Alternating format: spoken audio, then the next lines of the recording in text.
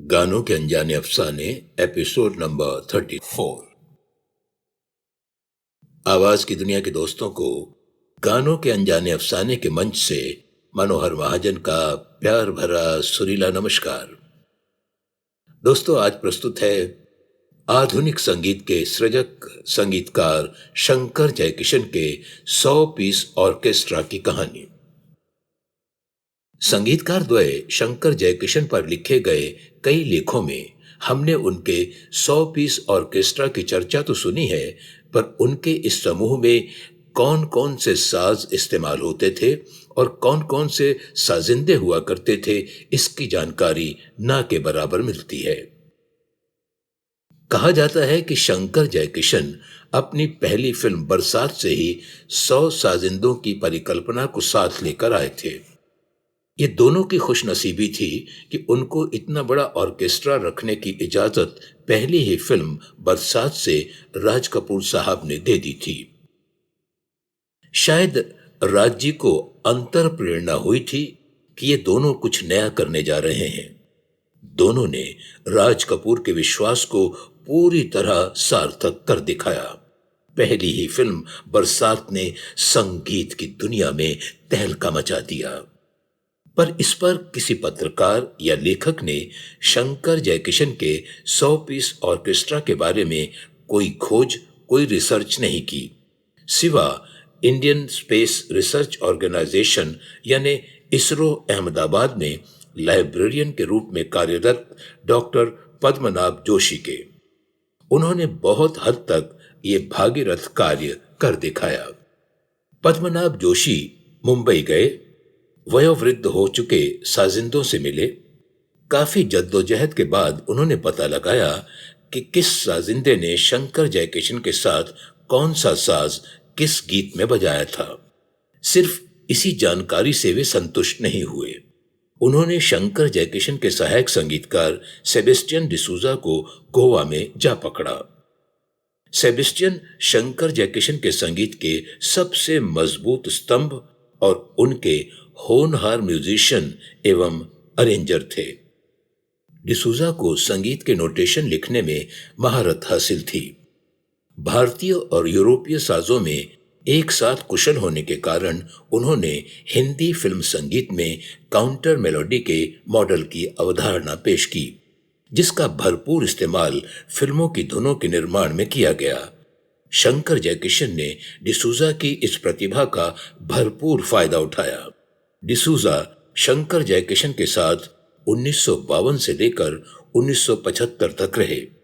2-3 दिन गोवा में रहकर जोशी जी ने सेबेस्टियन से लगातार बातचीत की और काफी हद तक शंकर जयकिशन के 100 साजिंदों की जानकारी को नोट किया।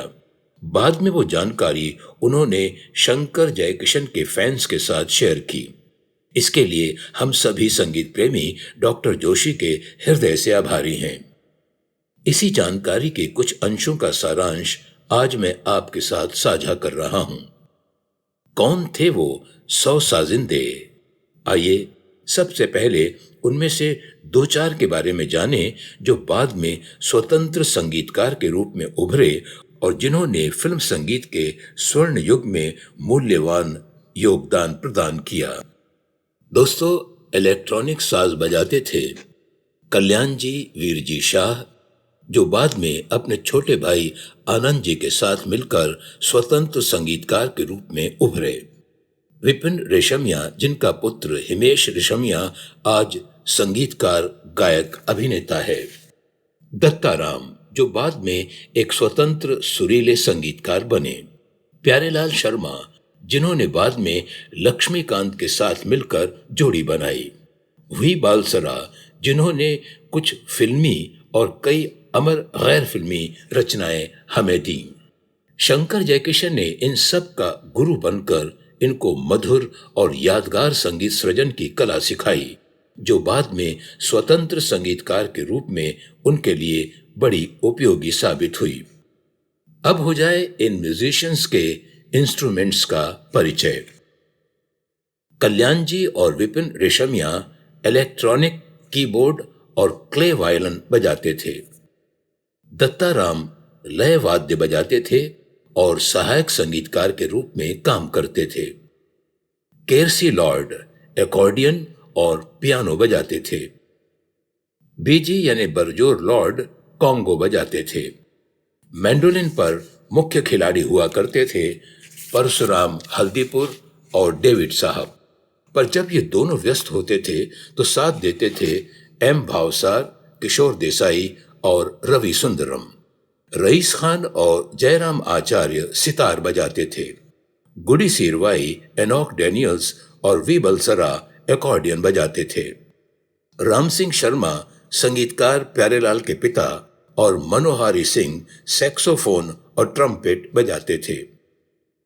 पंडित पन्नालाल घोष, सुमंत राज और पंडित हरिप्रसाद चौरसिया बांसुरी बजाते थे।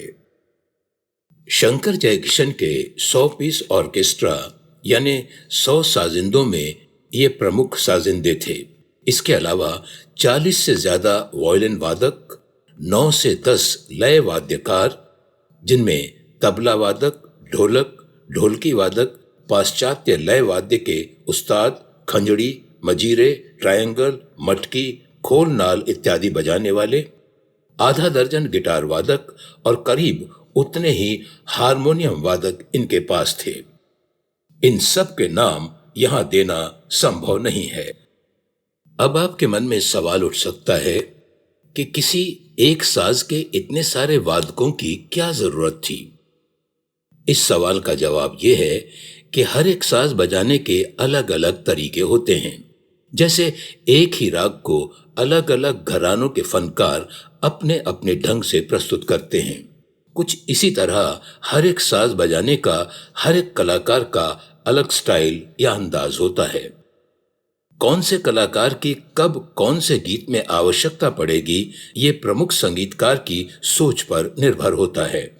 1950 के दशक के उत्तरार्ध में जम्मू कश्मीर से पंडित शिव कुमार शर्मा संतूर जैसा अनोखा और दिलकश साज लेकर आए, जिन्हें फिल्म संगीत की दुनिया के संगीतकारों ने हाथों हाथ लिया।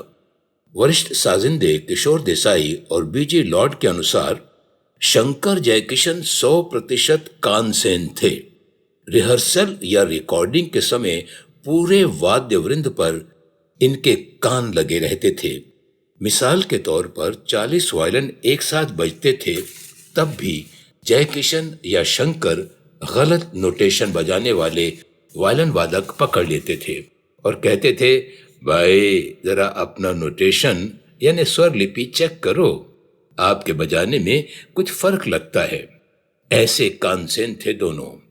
यही नहीं, कौन से साज का कहां किस तरह इस्तेमाल किया जाए, कौन से साज की कौन सी ध्वनि किस तरह गीत में संजोई जाए, इसकी भी समझ इन दोनों की कमाल की थी। दोनों अपने आप में बेमिसाल स्वर संयोजक थे।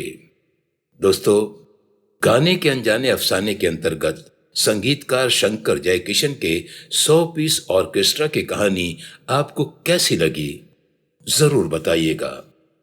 आपकी प्रतिक्रियाएं मुझे प्रेरणा और उत्साह प्रदान करती हैं, लिखने और बोलने को विवश करती हैं।